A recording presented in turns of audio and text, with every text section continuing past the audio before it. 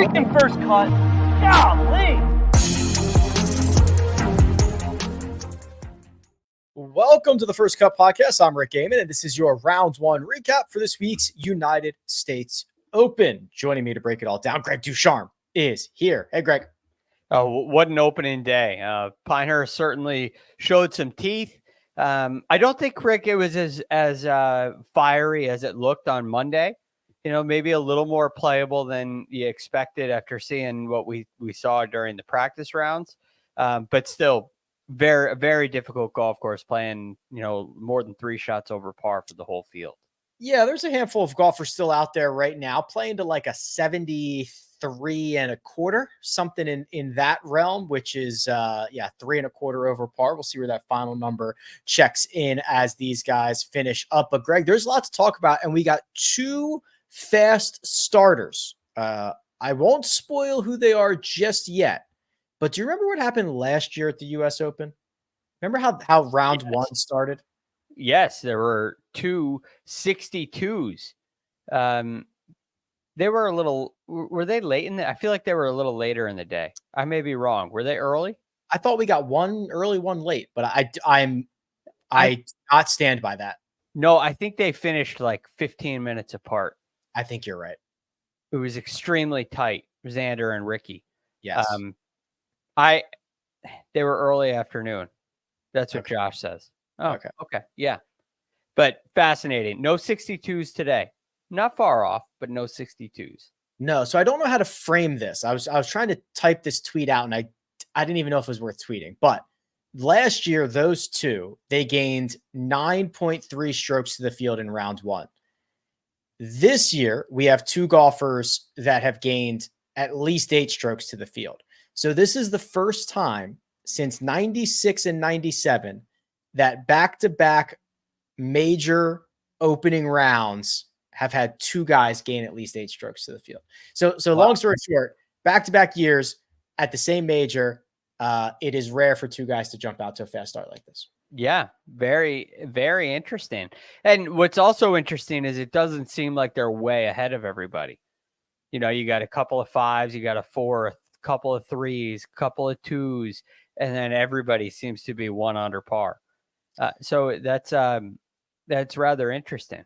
Yeah. Well, let's get to one of them because he went out early and he shot one of the rounds of the day, and that is Patrick Cantlay, a name that we have not said a lot in 2024 outside of, oh boy, a disappointing week, or hey, we're expecting more from Patrick Cantlay. It's not a name that we've talked about a lot at major championships. Still looking for that first breakthrough victory. And Greg, it was an early start and a lot of birdies out of the gate. He made the turn in 31 before making another birdie on 11. His lone blemish on the card came at 15. That is a 206-yard par 3. And then he tacked on one more birdie on his final hole of the day to card that 65, but actually flipped that around because he started on 10 and he finished in a flurry with 4 birdies on his second 9.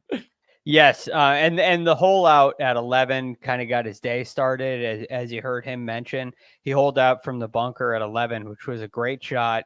And then he's kind of plodding along.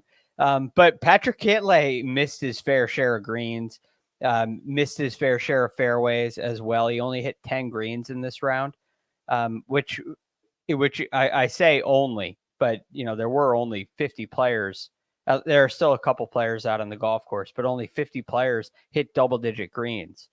Patrick Cantlay hit 10. So it's definitely in the top half of the field, but there was a fair share of scrambling going on. And you saw Patrick Cantlay lead the way in strokes gained around the green, which is a really important aspect. And he had some really nice up and downs. Generally, I would say he left himself in really good spots.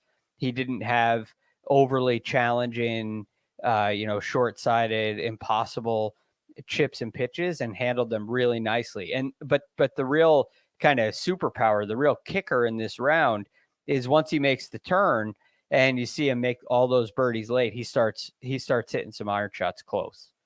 Hit it close at close-ish at 18, close at 1, hit it on the par 3 there late, hit it really close. So he hit some really high quality iron shots late in the round after kind of saving it early with scrambling. Yeah, a little bit of everything. So he picked up 3.9 strokes to the field around the green, by far the best around the green round of the day. But as Greg mentioned, he was much better on his second shots. On his second 9, he picked up 2.5 shots there. That's 4th best in the field. This is, Greg, it's going to be by a mile the best major championship round of his career. Xander just broke through at the PGA Championship. Are we on the verge of the boys going back to back? Well, this feels a whole lot different, other than the fact that they're, such good friends. It feels a lot different with Patrick Cantlay, because Xander showed every single sign you could possibly show leading into it, right? The biggest worry about Xander is can he get the job done, and can he beat Scotty Scheffler? That was really the big question with Xander. With Patrick, I think there are a lot more questions. One of them is while we haven't talked about him a lot, Rick, he's been a pretty good starter on tour this year. And you look at some of his numbers, just round by round scoring averages. He's 6th on tour in round 1 scoring average, and it all goes downhill from here. He is 68th in round 2 scoring average, 124th in round 3 scoring average, and 161st at 72 flat in round 4 scoring average. So it has not been uncommon this year for Patrick Cantlay to get off to a fast start, but it has been uncommon, and we haven't seen very much of it, seen him hang on to any of those, good starts. Yeah, we'll see what Friday brings for Patrick. And we've got a Patrick of our own that we're going to add to the conversation right now. That is our very own McDonald, Patrick. Hello, Patty Ice. Hats off to your bank account. Hats off to your bank account. What's up, guys? Happy to join you. Sorry for the delay. Had to type away. Didn't mean to rhyme. I guess that's a crime. Let's talk about the U.S. Open. I was not going to cut you off at any point. I was not going to stop that. Just let him go. No clue what he's talking about, but just let him go. I knew better than to step on the toes of Patrick McDonald. All right, Patrick, you get to jump in here on Ludvig Oberg, who shot a 4 under 66, and this was, dare I say, clinical. 14 out of 14 fairways. That's all of them. 16 out of 18 greens. That's all but 2. We talked about the necessity for hitting fairways and greens around here, and that's exactly what Ludvig did in his first career U.S. Open round. I would call it robotic, Rick. Robotic, automated, efficient, and effective. It was insane. It's actually insane to hit all 14 fairways out there. I know obviously he's not hitting driver the entire time, but to rank first in driving accuracy and first in greens and regulation around Pinehurst in your first competitive round out there in your first competitive U.S. Open, feels like there's not enough nice things to say about this guy. And I can't stress enough how much I think Joe Skavron matters to this team. It seems like he's really thrown him under his wing, and you can look back at 2014 and say, hey, this is a golf course he and Ricky Fowler got around effectively without Martin Keimer, who's pretty much a complete outlier in the history of Pinehurst number 2. Ricky Fowler has a very good chance to win a U.S. Open, and I think Skavron came in with Ludvig, had a really good game plan for him. And we've joked before that all Skavron really needs to do is play Tiger Woods PGA Tour 2008 with him, because he's just that good. He is see ball, hit ball. Let's find it again in see ball, hit ball.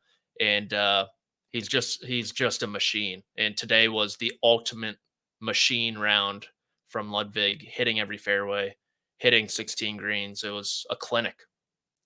A clinic indeed. He sits 1 shot off the lead in at 4 under par. There are currently 15 golfers under par, and I think that's going to be the final number. I don't see anybody on the bubble of that without something crazy happening. So it looks like there's going to be 15 guys under par with a scoring average over 3 strokes above par. So we'll keep an eye on that as these guys finish up. We have a lot more to get into, but I've got to pay the bills. So we're going to take a very quick break and talk about this on the other side. At CBS Sports Golazo Network, we're bringing you the game. Madness of Messi arrives! Breaking down the game. This is unlike anything else in the world. And changing the game. Get it all for nil. That means free. Whoa. And all day long! 24/7. And we're back, continuing on that morning wave. And Greg, big hunky Tony, went out and shot a 2 under 68. He was even par on the first 9 of the golf course, 2 under on his first, which was the second 9. So he made a birdie immediately out of the gate at number 10. He got another at 18 and then played the rest of his holes at even par. His U.S. Open record is pretty good. And still on the short list of best golfers looking for that major championship victory. Yeah, I think there's a couple things Tony Finau did really well that are extremely encouraging. He drove it very accurately. He hit 13 of 14 fairways. I liked Tony this week, but I was kind of lukewarm on him because of this ability with the driver. You know, I trust his short game. I think he has a really underrated short game. Sometimes can get a little loose with the driver, and he didn't today. He kept the ball in play and was able to play very wise approach shots for most of the day, kind of dotting the centers of these greens. So that was a big asset for Tony Finau. And what I've also noticed on the greens, pay attention to his putter, because it is now, the toe is not up in the air at all.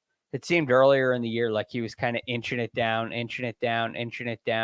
Now it's closer to Steve Stricker than it is what Tony Finau used to be doing. And it seems like that change is paying off.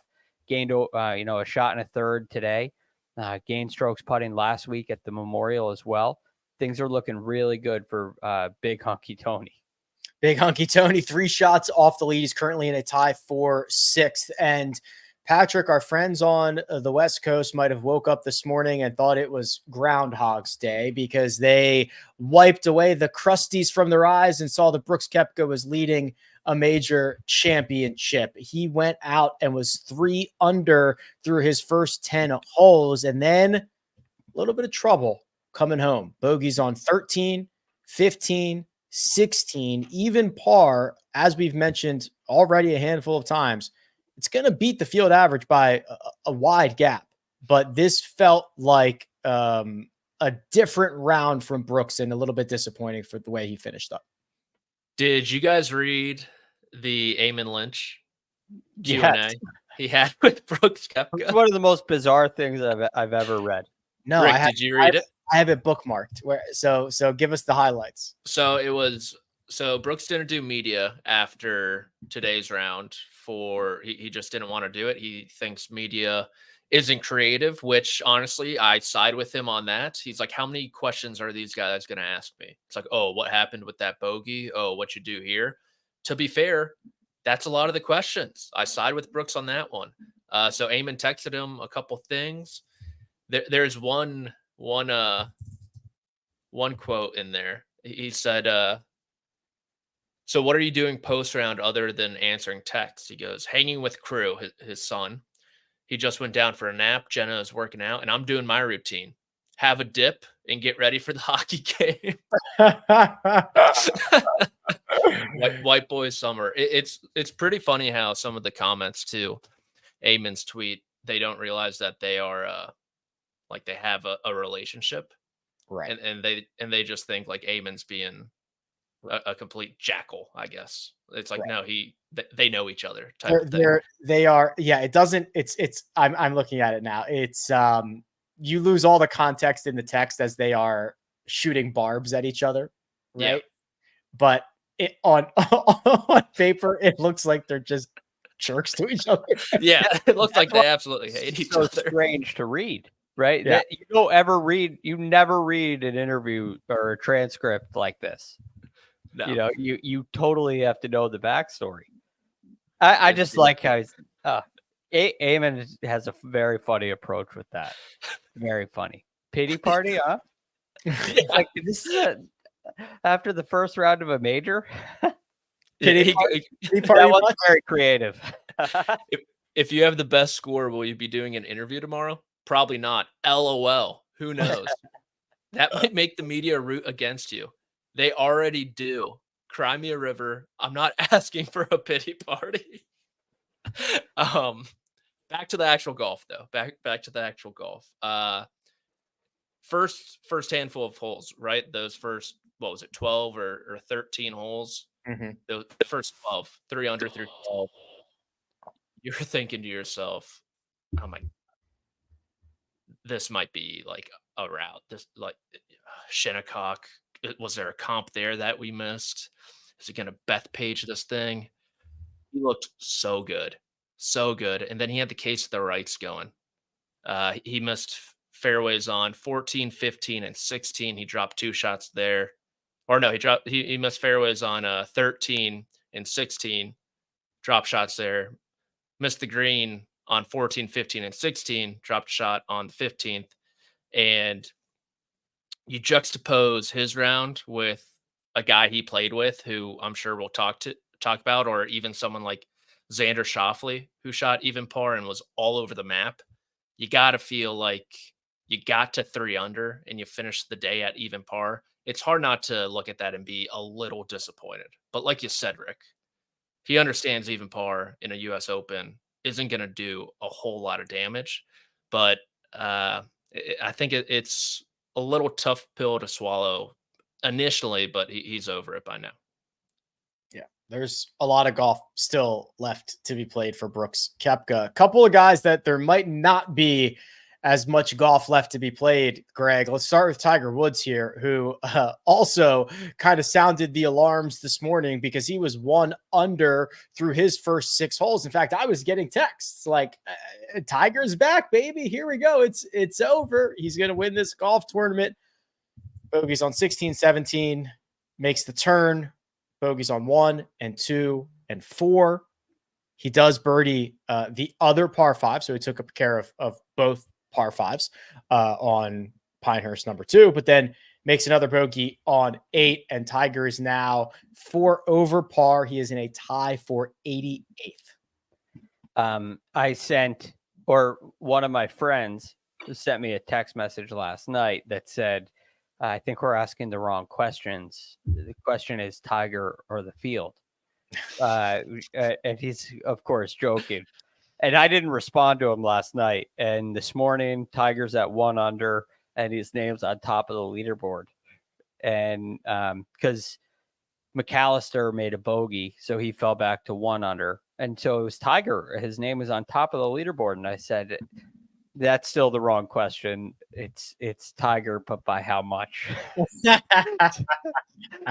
So we were having a laugh about that, but that was kind of the feeling you got. I was not very high on Tiger coming into the week. When I saw that he was 1 under, I was not very high on him, but then he started making a couple of putts and, well, okay, this is a pretty good setup here. This is kind of linksy. There's elevation change, but it's very gradual. It's nowhere near as severe as the other major venues we get. He's had success here. It's fast. He's hitting it by Will Zalatoris and Matt Fitzpatrick. Maybe we missed something here. And the putter completely got away from him. All of a sudden, the thing he was leaning on, which was the putter, he starts 3-putting, had a couple 3 putts, a couple mistakes, a couple of missed short putts. And all of a sudden you realize you simply can't lean on that. And I think in that early going, he was leaning on the putter a little more than he'd like. Looked like he lost the speed. Looked like he lost the read too. He didn't seem like he was confident in a lot of the reads that he had out there. So 4 over 74, but Patrick, that's better than buddy Justin Thomas, who shot a 7 over 77. Now, when he had the big round at the U.S. Open last year, that was round 2. Mm-hmm. Okay. Yeah. So his last 2 U.S. Open rounds have been what, 80, 77? 81 perhaps? 81, 77? Yeah. And then he shot 82 at the Open. I think you might be right. Well, this was a 77, and it was ugly from the start. Bogeys on 2, 3, and 4. He made the turn in 3 over. Then he goes bogey, bogey, bogey, par, bogey, bogey. What do we make here, Justin Thomas? It was pretty wild to watch Brooks Koepka play major championship golf and then watch Justin Thomas play major championship golf right next to each other. Brooks, I mean, on the broadcast or the feature groups, they were critical at some points for him playing too fast, right? He kind of rushed to a tee and he missed one right, made a bogey, and they're like, that just seemed like he was going through the motions, wasn't really thinking about that shot, and you got to think about every shot. Justin, meanwhile, seems like he thinks about every shot, like a little too much. He's always trying to hit a shot, and we've talked about this before. It's never really simple for him, it seemed, and the iron play was not good. I think he lost, let me check here, 2.3. He's 149th in the field. Okay, Data Golf has him -3, 156 in the field. Yeah, it's only 156 golfers in this field, so either way, he's either dead last or 5 from last. So, yeah, that's not a good thing when your iron play is your calling card. Also, when you can't seem to knock in 5-footers on a consistent basis. So, I just think he's thinking too much. I thought the move with Matt Minister did him some well. I thought there was a turning point there at the PGA Championship, but clearly not, or maybe this is just a blip on the radar, but it was ugly, man. It was ugly. Nothing came easy, and I know it's not supposed to come easy at Pinehurst, but there's some holes out there like the par 5s, a couple of the short par 4s where you can get somewhat aggressive out there, and it just seemed so hard for him. And he had that last birdie on 18. It was like that Chris Paul 3 meme. It really was. Cuts the lead to 42. Yeah, that's one of my favorite memes, actually. He was 3 for 11 scrambling. Just nothing went well. We are going to get back to happier times, and we are going to turn our attention to the afternoon wave, where we got another round of the day. The number 1 player in the world played. The beefy boy, although not so beefy anymore, played well. We'll get to that, but first we're going to take a quick break and hear a word from our partners. There's some new players in town, and they brought the plague. You got my attention. You don't want that. What happened to Kingston? Mayor of Kingstown. New season now streaming exclusively on Paramount Plus. And we're back. Here we go, Gregors. 165 in the morning, 165 in the afternoon, both from some pretty high-end golfers. This one was Rory McIlroy, who did it bogey-free. I believe there were only 2 bogey-free rounds today, Rory and Sergio, right? Yeah. Nino. How about that? Sergio, 17 pars, 1 birdie. 17 pars, 1 birdie for Sergio, 14 pars, nope, 13 pars, 5 birdies for Rory McIlroy. And he spoke after his round and was very happy with his patience, Greg. He said, there were a couple of 18 to 20 footers I kept hitting it to, and I wasn't making the putts, and that could have frustrated me. And he said his patience was rewarded as they started to fall on the second 9. This was, I watched this round on TV, of course, but I looked at it after with the shot trails on the shot tracker, and what you can't get over when you look at it, just like where did he hit the ball? He hit it in the dead center of the green like 9 times.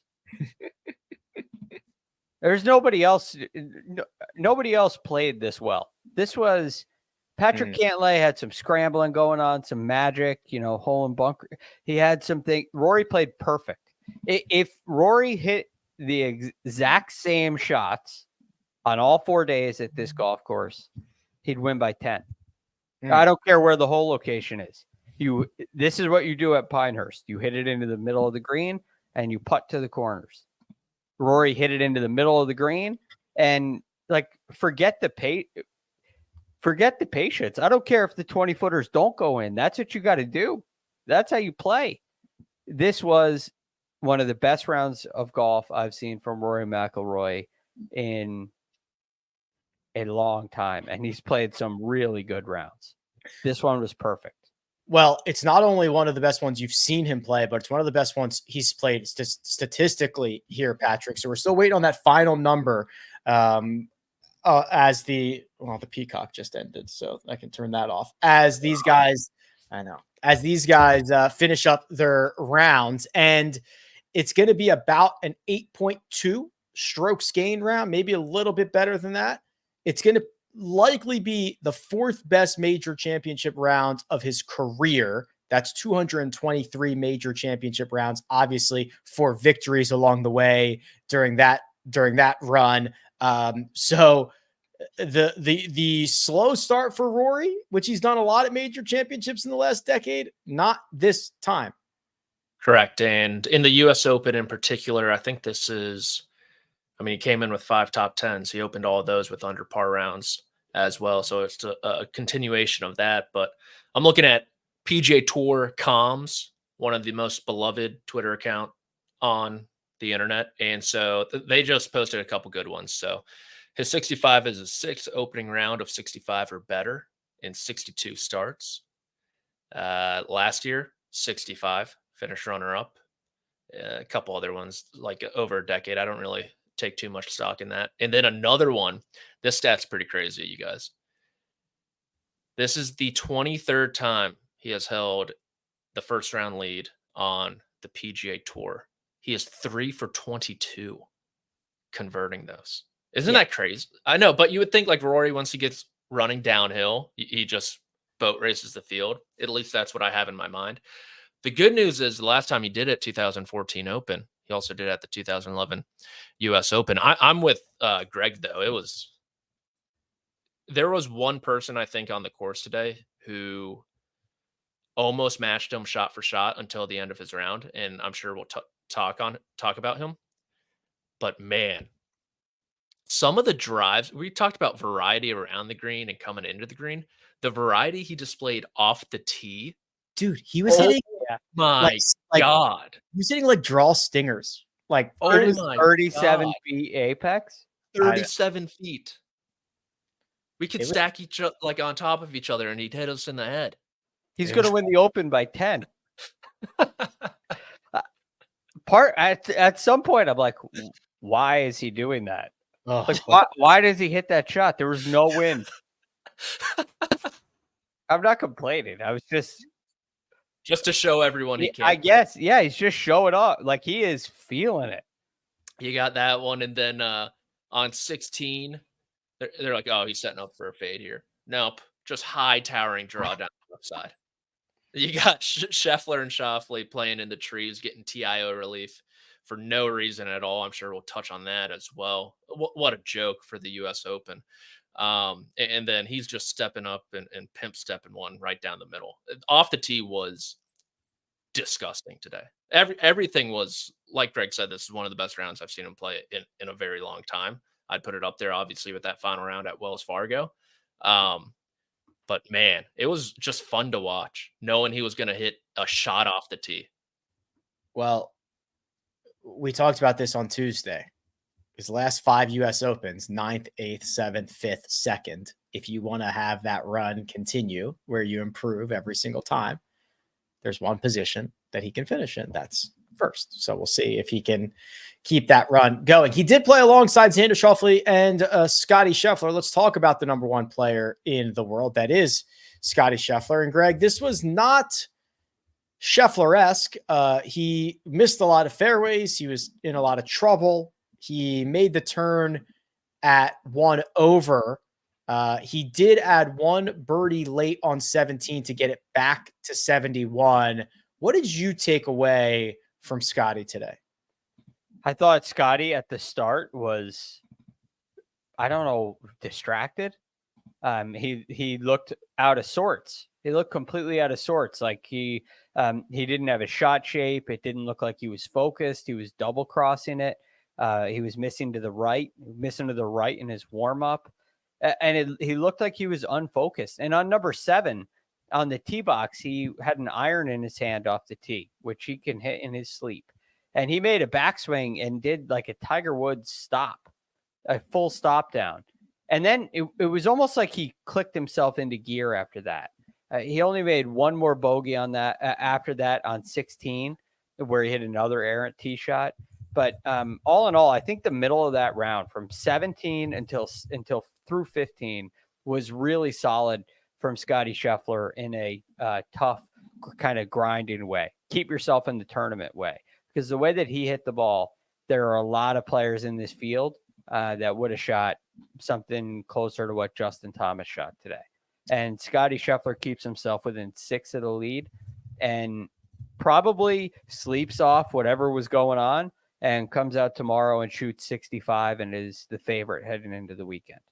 Yeah, you're exactly right. From 7 till 15. Yes, Greg. That was where, I mean, he was giving a lot of strokes back to the field through the first 6. Then he kind of turned it on and was able to salvage that round. Yeah, that's exactly what it was. It was kind of interesting. And Patrick, I want to talk a little bit about the golf course. You know, it's sick in that like native wire grass. Like you just might not get anything. Or what I actually like is that there are infinite ways you can play it out. So there was a moment where I think it was Xander who, you know, he's trying to decide he has to play it like to the side of the wire grass bush. And he's like, well, how, like, do I take it like way left and really slice it? Do I take it? It's just like, there's just an unlimited number of options. Yeah. It seemed like a lot of the big names got away with a lot of stuff in there. Didn't it? Like, it seemed like no one was ever completely boned, except they like flashed to Victor Hovland one time, Yes. and his ball is just teed up in there. It's just completely teed up. They did flash. That was the only one I saw that was actually in there. Yeah. I was expecting a few more of those, honestly, coming into the week. Not only that, but he then, where he hit it, he took an unplayable from there.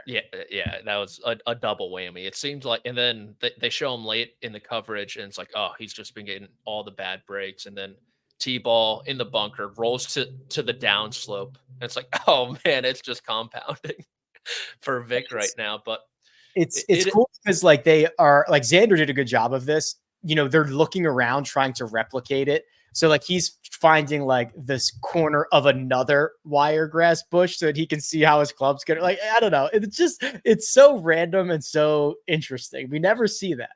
It is so random. So, and like on Xander on 18, when he was trying to get the angle of attack for that one, trying to chop down on it, all I was thinking about, because I'm left-handed, was like, oh, Phil would be screwed in this. He'd have no shot at this one. And I'm sure there are many situations like that we just didn't see because they were guys not on TV. But I totally agree with you, Rick. It's cool, the variance and the randomness of it. And I think based on some of the breaks a lot of guys got today, I think people are going to like push the envelope even more off the tee, because it's like we can easily play out of this.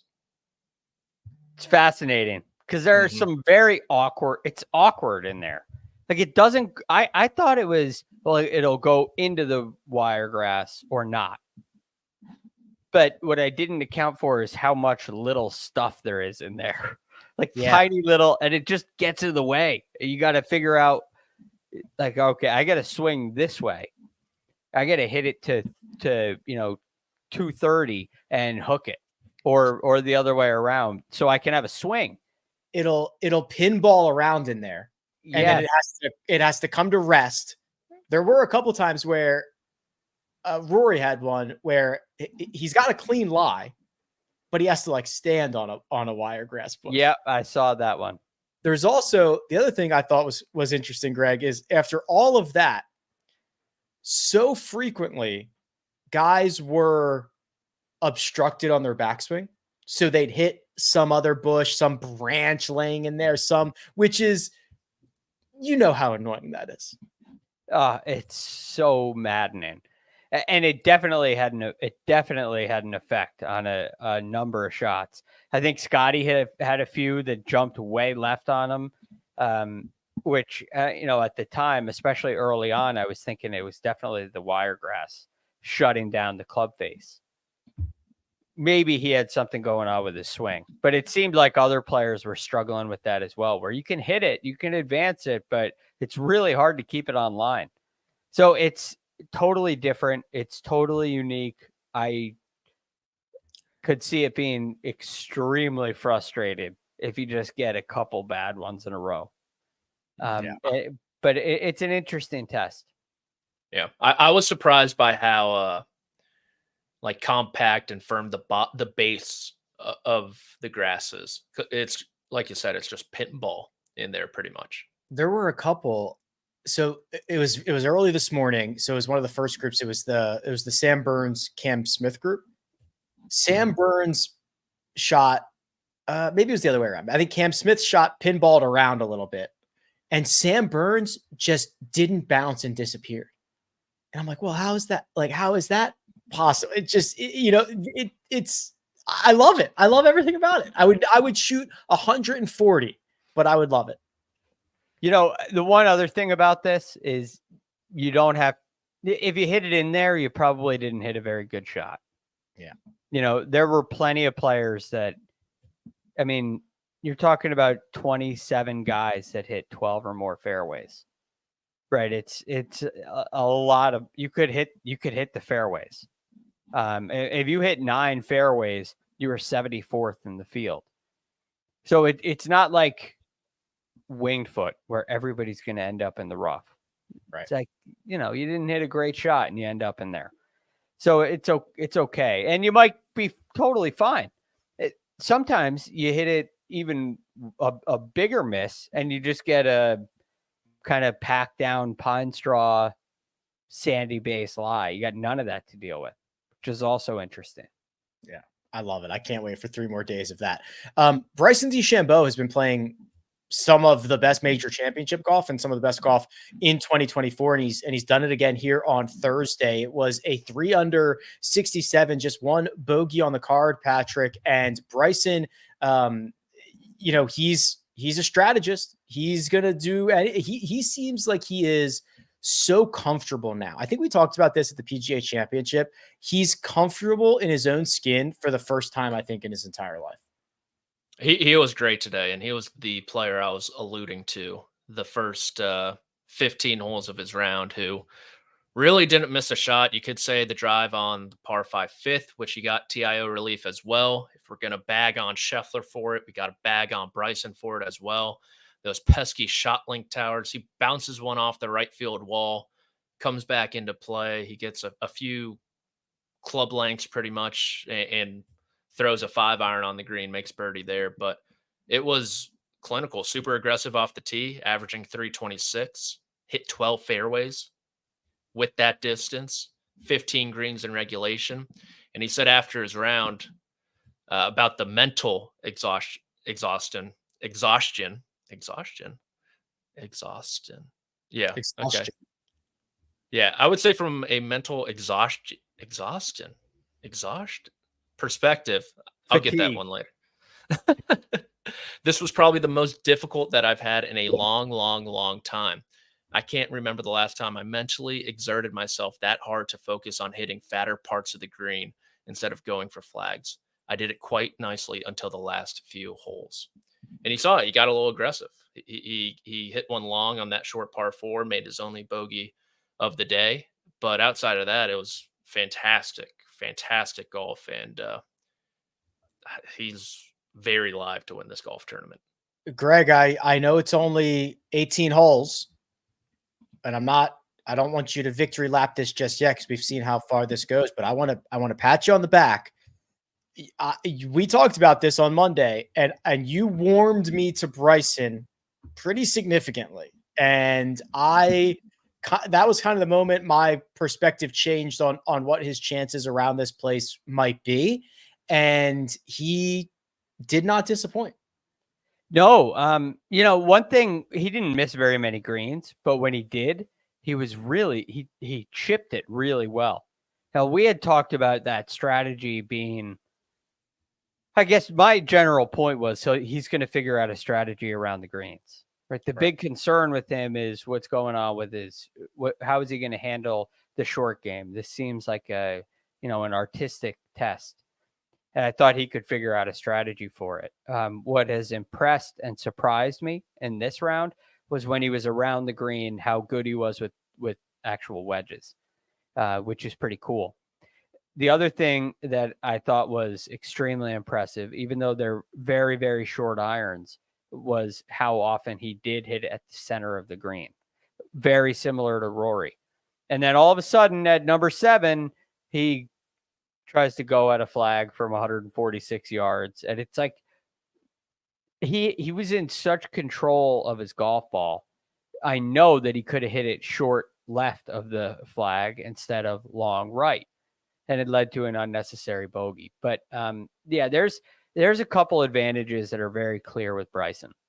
If you know you have to hit the middle of the green, you can do it much easier with shorter clubs. And the ball for Bryson stops very close to where it lands, which isn't true for everybody. Now, that may create the problem, tempting him to go at the flags.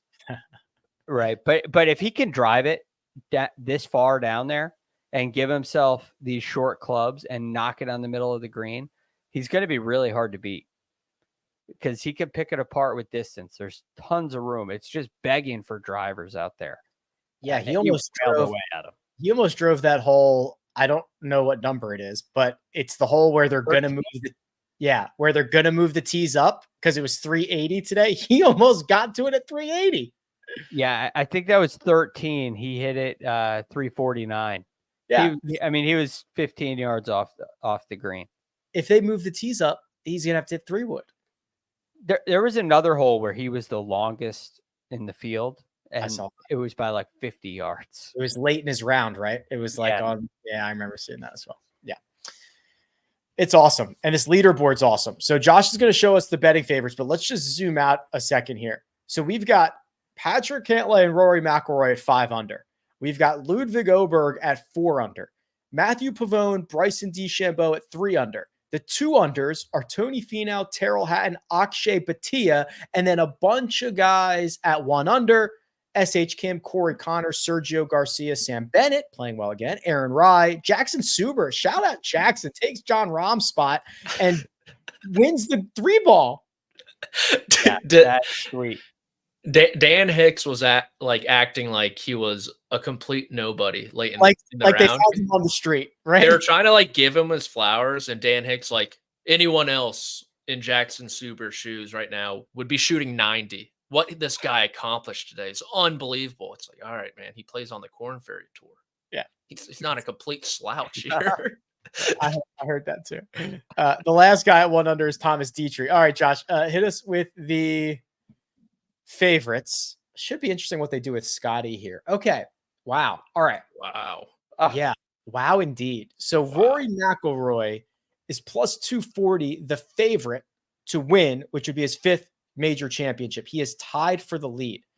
Scotty Scheffler, who is currently 6 shots back, is 6-1. Oh my Ludvig God. Oberg, who is currently 1 shot back, is 7-1. Bryson is 7.5. Patrick Cantlay, 0 respect. He is tied for the lead 9-1. Xander Schauffele wrapped up at, did he get in at even? He did get in at even. Yep. So that's 5 shots back, 16 under. Colin Morikawa, who we didn't really talk about, he had an interesting day as well. Even par in the morning wave, he's 22-1. And then Brooks Koepka, even par. He is 25-1. Wow. How about that? Wow. Scotty is in 34th place, and he's the second favorite. He is 6 shots behind a 4-time major champion. Yeah, and he's not jumping just randos on the odds board. These are studs. He's not jumping a bunch of Subers. Yeah. Just I'd be pretty surprised if Scotty won this. Not that he can't, but I just think that the way there's still a lot of golf to be played, but you can just be on the wrong side of luck for a round, and then you're kind of really out of it. And the way this board's shaping up, I don't know. If anybody could do it, it's Scotty, but I'd be very surprised if he won this. Well, here's the big question. And I think you need to have a good idea on this to handle this board. Is it going to play the same way tomorrow? Because the afternoon was not all that much. It was not much more difficult than the morning. about a half a stroke. So 3 in the morning, 3.5 in the afternoon.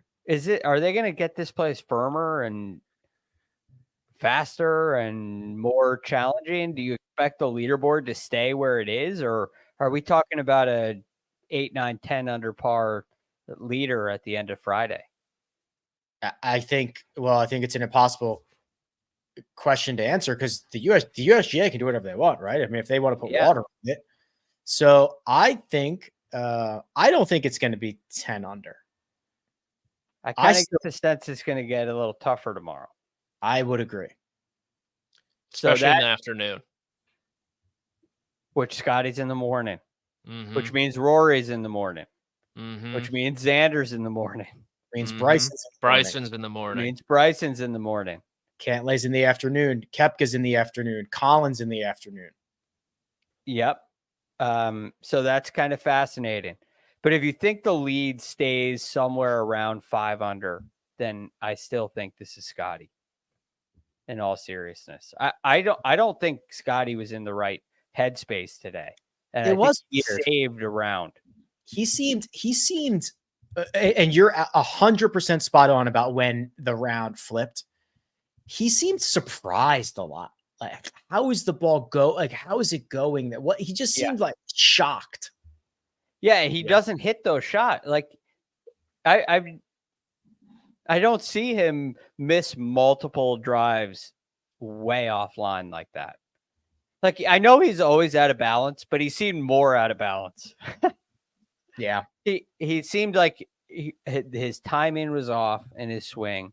He has the Scheffler shuffle always. It didn't look the same. And I don't think there's something wrong. I think that clicks in tomorrow, and all of a sudden, all the advantages we spoke about all week come to fruition. You know what my favorite number on that board is, Patrick? I think I know what you're going to say, but go ahead. Bryson. Yeah. 7.5 to 1. That's who I'm looking at too. I will say Scotty. It looked like he was thinking about a bad haircut the entire day. Yeah. We've seen... It's like, oh Jordan gosh, I hope Spieth no has one's got looking at some my bad haircut. It's like, I know that's a lot of times they just find some random barbershop on the road. I know that, but man, I just think they got to get this figured out. There's got to be a tour barber. Got a fade and lost the fade all in one day. It looked like. Wow. Bryson has been one of the best players in the world this year. He has proven that at each of the first 2 majors. And also, I am so impressed with the way he's doing everything, strategy and executing said strategy. 7.5 to 1 for already a major winner. I'm in. I love Bryson as well, but for the sake of showbiz, we got Bryson and Scotty on the board. I'll take Xander at 16. He has been not good his last 5 rounds from tee to green, so that is very concerning. But if it flips, the way he's putting, the way he's scrambling with the morning tee time, this was a round similar to Scotty that easily could have gotten away from him. 6 fairways, 8 greens in regulation. That's putrid. If it flips, if he somehow finds something, whatever it is, why not? Buddy, he wasn't even. So I agree with you. There's no way he drives it as poorly. He wasn't close to sniffing some of those fairways. Oh gosh, no. He was in a pile of trash. There's something to be said for having that round where you got to make putts, where you got to get out of trouble. Like, compare Ludvig has not even he still has not experienced a US Open. He's played a different, it's just like a completely different game that he played today. And I worry, like, you go play that well and that perfect when you think you did the right thing, but it catches the wrong slope and you end up screwed. Like, Xander's been living that life all week. Scotty now has too. And I think there's something to that. It forces you to make a putt. Sometimes when you hit it so well, you never get in that mode. And I'm very curious about Ludvig because he was near flawless. I want to know what, like, you can't carry that on. So we got to see, is the short game going to shine through when he needs it? I'm stoked. I cannot wait for Friday. There's going to be a cut. I cannot wait for the weekend. The leaderboard looks sick. Pinehurst is awesome. Oh, cannot wait for this. We'll be back after each and every round to break it all down. But for now, big thanks to producer Josh. Does all the hard work behind the scenes. Patrick McDonald is available at P McDonald CBS. Greg DuCharme is available at The Real GFD. And you can find me at Rick Run Good. This has been The First Cut. We'll catch you next time.